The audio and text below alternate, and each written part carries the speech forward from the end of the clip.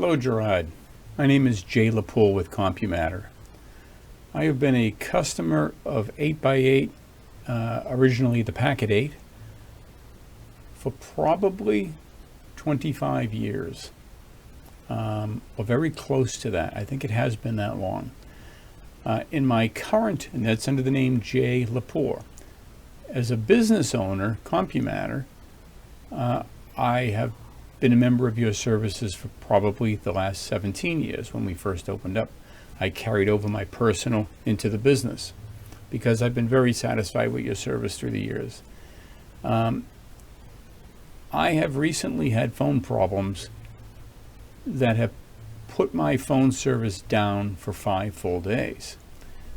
The first support call, back in the old days, I used to pick up the phone, call 8x8 or Packet 8.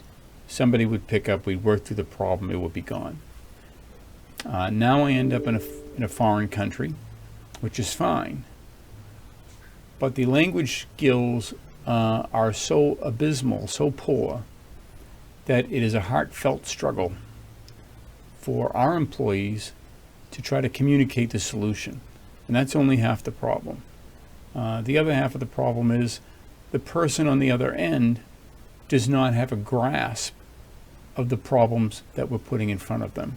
And this is their tier 1 solution. This is where we first meet people, our first interaction with support in your company. And in our case, it took 4 full days, actually. About the 4th day, one employee had been on support with Packet 8 for probably 15 hours. That means I'm paying her 15 hours of labor at $20 an hour to stay on the phone and try to work through this solution. The end result of the problem is your support staff told her to reset the base device back to factory. So we did. We carried it out. Now we could tell that she was learning by reading documentation as she was trying to solve our problem. But that was more than we had to go on. So we went ahead and took her advice and moved forward and reset the device. From that point forward, we had no phones. And not only did we have no phones, the support person said she would call her back after the device had reset. It was a full hour and a half before they did call back. And when they did, they were unable to piece it back together again and get us back online. And so then another day went out. We're into day 4, and at this point, I had to decide to jump in. As the owner of the business, I'm paying her, the problem's not getting solved, it's not her fault, but I need to get involved, and so day 4, I get involved. I'm still on tier 1 support at the 4th day. I have at this point asked for it to be escalated to tier 2 or tier 3. I asked that of the person I was speaking to. They felt that they could get us through this. So I stuck with them for a while. And we spent hours on the phone. And I spent hours on the phone the next day. One day I received no call back at all after a full day. After I was told it was being escalated, nobody called me back. So in the final analysis, I got to tier 2 and maybe it was even tier 3. I've been through all the tiers at this stage. And the problem got solved this morning. But we've been out of business for 5 days. And I've spent many hundreds of dollars in payment to my own support, to my own employees to help resolve this problem. As the owner of the business, my time and my value, because I've got so many projects that I'm working on, I'm sure it would fall into the range of $150 to $200 an hour.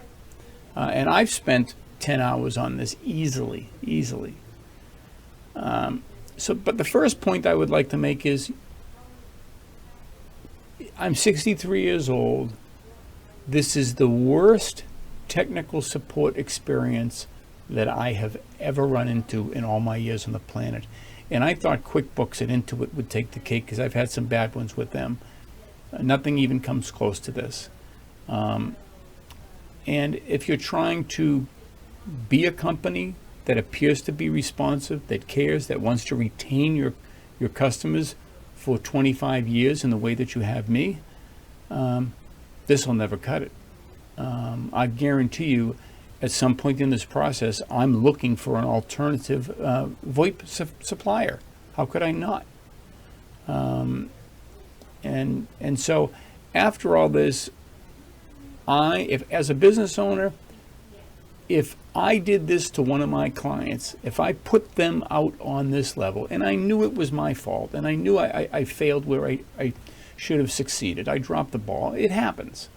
I would compensate my customer in some kind of a way, because that's called equitable fairness.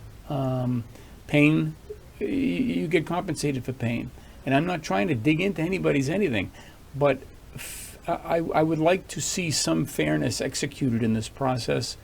If fairness is not executed in this process, then I will be looking for another provider, because that tells me something. And no matter how this washes out, I hope that this video will help your company figure out what's wrong and make it right. And to me, the biggest wrongs were poor language skills that severely handicapped communication for the first 3 days, and the problem was not escalated quickly enough. This problem should have been escalated as soon as our phone system was brought down by resetting the device. At that point, somebody should have realized their business has no phone service. We need to escalate them to 2 or 3 or whatever it takes to get them back online. Those are my thoughts. Thanks very much for watching.